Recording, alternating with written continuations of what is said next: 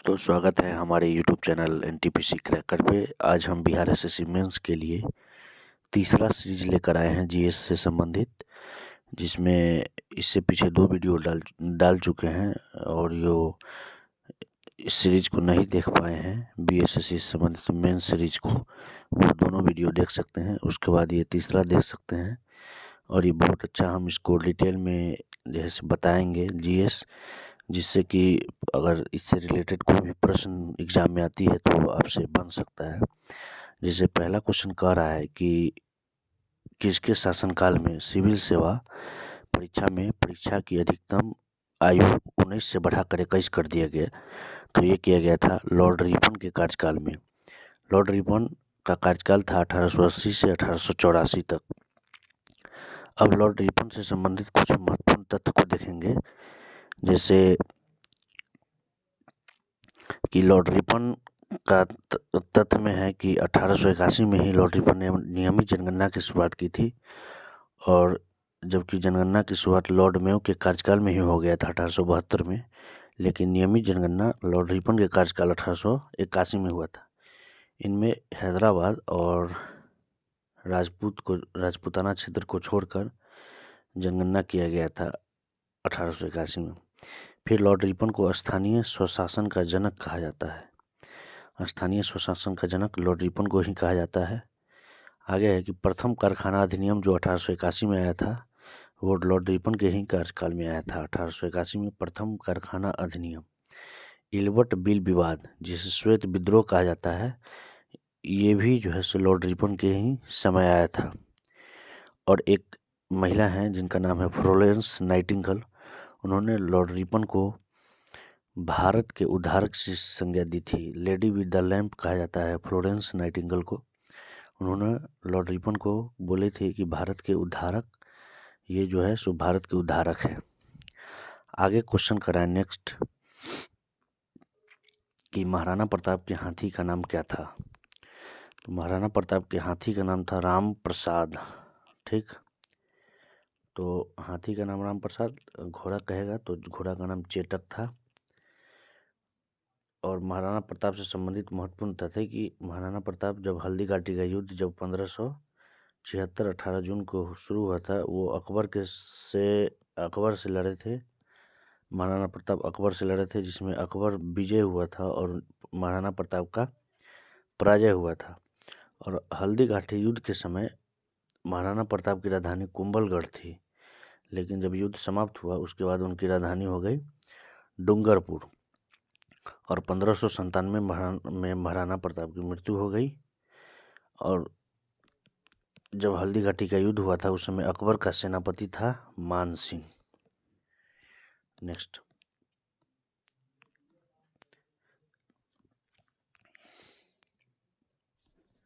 भरहुत स्तूप का निर्माण किस शासक ने करवाया था।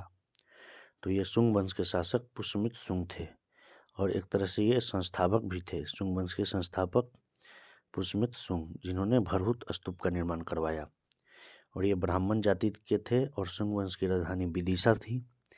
शुंग वंश ने पुष्यमित शुंग ने अपने शासनकाल में 2 बार अश्वमेध यज्ञ कराए।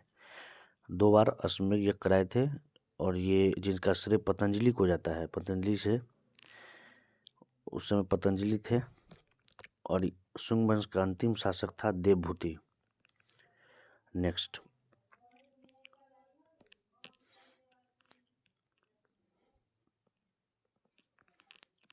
है कैमरून की राजधानी कहाँ है। तो याओंडे, कैमरून की राजधानी याओंडे है, और उसका करेंसी मुद्रा पूछेगा तो फ्रैंक। दक्षिण सूडान अफ्रीकी कंट्री है। दक्षिणी सूडान जिसकी राजधानी जुबा है, वहाँ का मुद्रा अगर करेंसी पूछेगा तो पाउंड है। नाइजर का राजधानी नियामी है, मुद्रा पूछेगा तो फ्रैंक। सोमालिया का मोगादिशु, मुद्रा पूछेगा तो शिलिंग। सोमालिया की राजधानी मोगादिशु है, वहाँ का मुद्रा शिलिंग है। नेक्स्ट, भूटान से कितने राज्य भारतीय सीमा बनाते हैं। भारत की सीमा, भारतीय राज्य में भूटान कितनी सीमा, भूटान से कितने राज्य भारत की सीमा बनाते हैं। तो 4 राज्य, और टोटल भूटान की सीमा के क्षेत्र है 699 किलोमीटर स्क्वायर क्षेत्रफल है। और इसका मतलब कितने राज्य हैं, तो इससे संबंधित हम ट्रिक दे दिए हैं। A²PS यानी कि पास, से असम, A² यानी AA, असम, अरुणाचल प्रदेश, पश्चिम बंगाल और सिक्किम। असम, अरुणाचल प्रदेश, पश्चिम बंगाल और सिक्किम, ये सभी राज्य जो है सो भूटान से सीमा से सटे हुए हैं। आगे देखेंगे, आगे कह रहा है कि मालदीव में कौन सी भाषा बोली जाती है, तो मालदीव में महल भाषा बोली जाती है। और महल भाषा एक देवही लिपि से संबंधित है। देवही लिपि महल भाषा से संबंधित है। और मात्र मिनिकॉय द्वीप, संपूर्ण लक्षद्वीप में मलयालम भाषा बोली जाती है, लेकिन लक्षद्वीप का एक अपवादित क्षेत्र है जिसका नाम है मिनिकॉय द्वीप, उसी द्वीप पर ही महल भाषा बोली जाती है, जो मालदीव संपूर्ण मालदीव में महल भाषा बोली जाती है। उसमें से एक मिनिकॉय द्वीप है भारतीय क्षेत्र में, वहाँ भी महल भाषा ही बोली जाती है। नेक्स्ट, उत्तर भारत का मैनचेस्टर किसे कहा जाता है, तो कानपुर को। इससे संबंधित अगर पूछेगा दक्षिण भारत का तो कोयम्बटूर। भारत का बोस्टन अहमदाबाद को कहा जाता है। सूती वस्त्र की राजधानी मुंबई को कहा जाता है। और सूती वस्त्र उद्योग पहली बार कहाँ जो है सो स्थापना हुआ था, तो मुंबई के कवासजी डाबर द्वारा 1854 में, जबकि उत्पादन का प्रारंभ हुआ था 1856 में हुआ था। नेक्स्ट देखेंगे कि NTPC national thermal power corporation की स्थापना कब की गई, तो 1975 में। इसका मुख्यालय नई दिल्ली है। अभी आगे है ONGC की स्थापना, oil and natural gas corporation. ONGC की स्थापना 1956 में, जिसकी मुख्यालय देहरादून है।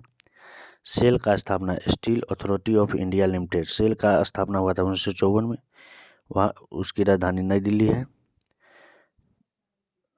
राजधानी बोला जा रहा है, मुख्यालय होगा। सेल का स्थापना 1954, मुख्यालय नई Delhi. IOC Indian oil corporation का स्थापना 1964 में, वहाँ का मुख्यालय नई दिल्ली है। HPCL Hindustan petroleum corporation limited, इसका मुख्यालय मुंबई में, लेकिन स्थापना 1974 में हुआ था। परमाणु ऊर्जा आयोग की स्थापना कब की गई थी, तो परमाणु ऊर्जा आयोग की स्थापना 1948 में की गई थी। तो किसके द्वारा की गई थी, तो डॉक्टर होमी जहांगीर भाभा के द्वारा।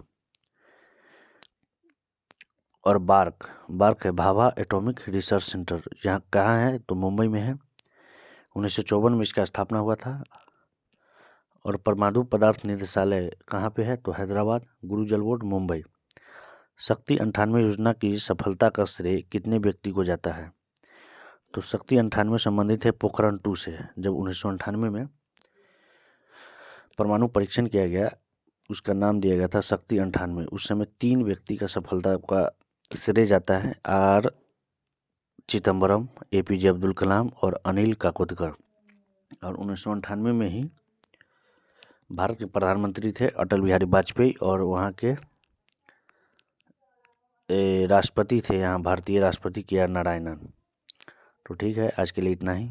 और ये सेशन जब आपको अच्छा लगा हो तो लाइक शेयर और सब्सक्राइब कर लीजिएगा, ताकि हम और इससे संबंधित बिहार SSC मेंस से संबंधित और अच्छे वीडियो आपके सामने प्रस्तुत कर सके। धन्यवाद।